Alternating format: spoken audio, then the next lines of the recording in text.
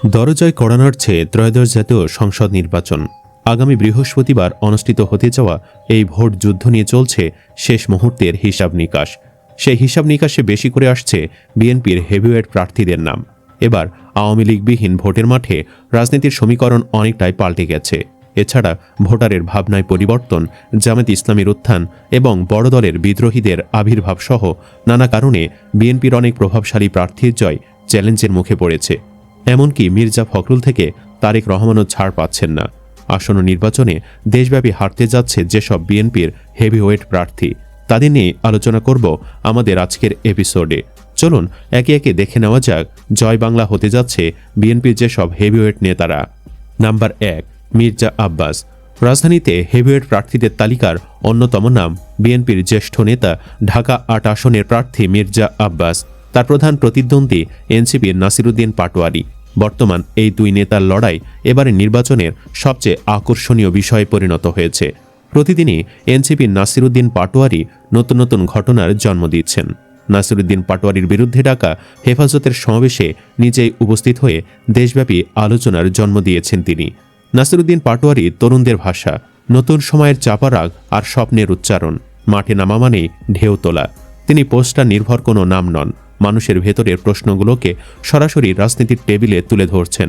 আর মির্জা আব্বাস অভিজ্ঞতার বিচারে অনেক এগিয়ে থাকলেও দেশব্যাপী যেভাবে জামায়াত ইসলামী এবং তাদের জোটের গণজোয়ার উঠেছে, সেই জোয়ারে ভেসেও যেতে পারেন আব্বাস।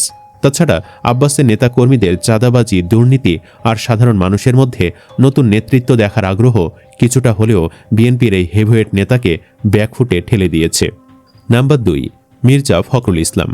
বিএনপির বড় প্রার্থীদের মধ্যে তারেক রহমানের পরই রয়েছেন দলটির মহাসচিব মির্জা ফখরুল ইসলাম আলমগীর। জীবনের শেষ লগ্নে সম্মান জানাতে এলাকার ভোটাররা মির্জা ফখরুলকে বেছে নিতে পারেন, এই আলোচনাও আছে। এরপরও ভোটের মাঠে নিশ্চিন্ত থাকতে পারছেন না তিনি, কারণ নির্বাচনী প্রচারণায় জামায়াতের প্রার্থী দেলোয়ার হোসেন শক্তিশালী প্রতিদ্বন্দ্বী হিসাবেই উঠে এসেছেন। কারণ শেখ হাসিনা জমের মতো ভয় পেত শিবিরের সাবেক সভাপতি দেলোয়ার হোসেনকে।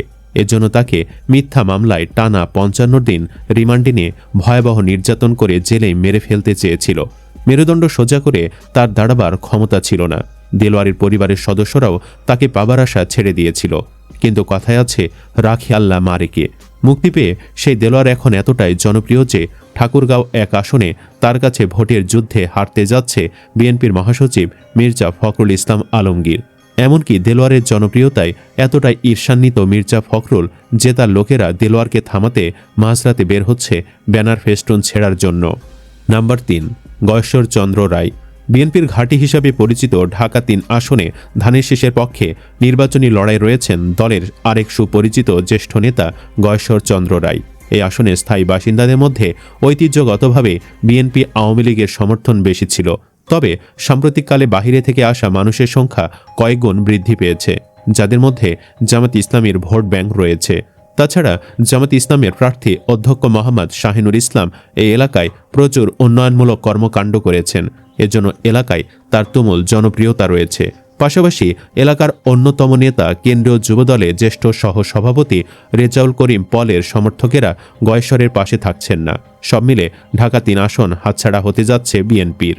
নাম্বার 4, হাসান মাহমুদ টুকু। সিরাজগঞ্জ 2 আসনে বিএনপির হেভিওয়েট প্রার্থী ইকবাল হাসান মাহমুদ টুকু নির্বাচনী প্রচারণার তুলনামূলকভাবে এগিয়ে রয়েছেন, কিন্তু বিনা চ্যালেঞ্জে জিতবেন তা বলা যায় না। টুকুর প্রধান প্রতিদ্বন্দ্বী জামায়াতের মোহাম্মদ জাহিদুল ইসলাম। স্থানীয়দের মতে এখানে বিএনপির পুরুষ ভোটার বেশি, আর জামায়াত এগিয়ে নারী ভোটারে। 2 প্রার্থীর মধ্যে হাড্ডাহাড্ডি লড়াই হবে। তবে স্থানীয়রা মনে করছেন শেষ পর্যন্ত জামায়াতের জাহিদুলই শেষ হাসি হাসবেন। নাম্বার 5, আব্দুল আওয়াল মিন্টু। ফেনী 3 আসনে লড়ছেন বিএনপির হেভিওয়েট প্রার্থী আব্দুল আওয়াল মিন্টু। তার প্রধান প্রতিদ্বন্দ্বী ছাত্র শিবিরের সাবেক কেন্দ্রীয় সভাপতি, জামায়াতের প্রার্থী সবার পরিচিত ফখরুদ্দিন মানিক। আসনটিতে বিএনপির সাংগঠনিক তৎপরতা ব্যাপক।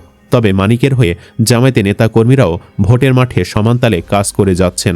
সময় যতই আগাচ্ছে ততই ফল জামায়াতের অনুকূলে চলে আসছে। ফলে জয় পেতে ঝানু ব্যবসায়ী ও নেতা আব্দুল আওয়াল মিন্টুকে কঠিন বেগ পেতে হতে পারে। নাম্বার 6, আন্দালিব রহমান পার্থ। বিএনপি জোটে এসে পার্থর মতো হেভিওয়েট প্রার্থীরও ছেড়ে দেমা কেঁদেবাচি অবস্থা। বাংলাদেশের জাতীয় পার্টি অর্থাৎ বিজেপি চেয়ারম্যান আন্দারিব রহমান পার্থকে শুরুতে ঢাকা 17 আসনে ছাড় দেয় বিএনপি। দীর্ঘদিন ধরে তিনি এ এলাকায় কাজও করেন। 2018 সালে নির্বাচনেও তিনি এ আসন থেকে ধানের শীষ প্রতীকে নির্বাচন করেছিলেন। তবে দলের চেয়ারম্যান তারেক রহমান দেশে ফেরার পর তিনি এ আসন থেকে নির্বাচন করার ইচ্ছা পোষণ করায় পার্থ তার নিজ এলাকা ভোলা 1 আসনে চলে যায়। তিনি নিজ দলীয় গরুর গাড়ি প্রতীকে নির্বাচন করছেন। তবে উল্টে যাবার অবস্থা হয়েছে গরুর গাড়ির। আওয়ামী লীগের অনুপস্থিতিতে প্রথমবারের মতো প্রতিদ্বন্দ্বিতায় আসা জামায়াত ইসলামী চায় চমক দেখাতে। গুরুত্বপূর্ণ এ আসনটিতে বিজয়ের জন্য সর্বশক্তি দিয়ে কাজ করছেন জামায়াত ইসলামীর নেতাকর্মীরা। নাম্বার 7, নুরুল হক নূর। পটুয়াখালী 3 আসনে বিএনপি জোটের হয়ে লড়ছেন হেভিওয়েট প্রার্থী ও গণ অধিকার পরিষদের সভাপতি নুরুল হক নূর। তাকে সর্বপ্রথম মুখোমুখি হতে হবে বিএনপি থেকে বহিষ্কৃত বিদ্রোহী প্রার্থী হাসান মামুনের। নেতাকর্মীদের বড় অংশ হাসান মামুনের পক্ষে কাজ করছেন। এরপর আছে জামায়াত ইসলামীর হেভিওয়েট প্রার্থী শাহ আলম। সবকিছু ঠিকঠাক থাকলে নির্বাচনে নুরুর ট্রাক পোলটি খাচ্ছে তা মোটামুটি নিশ্চিত। জুলাই যোদ্ধাদের সাথে গাদ্দারি করে ক্ষমতার লোভে বিএনপিতে এসে কপাল পুড়তে যাচ্ছে তার। সব মিলে আওয়ামী লীগের শক্ত ঘাঁটি হিসাবে পরিচিত এই আসনে বিএনপি নেতাকর্মীরা হাসান মামুনের পক্ষে শক্ত অবস্থান নিয়েছেন। নূরের পক্ষে কেউ নেই। বিদ্রোহীদের আটকাতে এই আসনে 2 উপজেলার বিএনপির কমিটি বিলুপ্ত করে তারেক রহমান। তবে এতে হিতে বিপরীত হয়েছে। বিলুপ্ত কমিটির নেতাকর্মীরা আরও জোরে সোরে মামুনের পক্ষে প্রচারে নেমেছেন। অন্যদিকে এই আসনে দাড়িপাল্লার প্রার্থী শাহ আলম। এই আসনে ভিপি নূরের কোনো ভ্যালুই নেই। নাম্বার 8, রাশেদ খান। ঝুঁকিতে রয়েছেন ঝিনাইদহ 4 আসনে বিএনপির প্রার্থী ও গণ অধিকার পরিষদের সাবেক সাধারণ সম্পাদক রাশেদ খানও। নূরের মতো তাকেও মুখোমুখি হতে হচ্ছে বিদ্রোহী প্রার্থীর। রাশেদ খানের প্রধান প্রতিদ্বন্দ্বী বিএনপি থেকে বহিষ্কৃত নেতা সাইফুল ইসলাম ফিরোজ।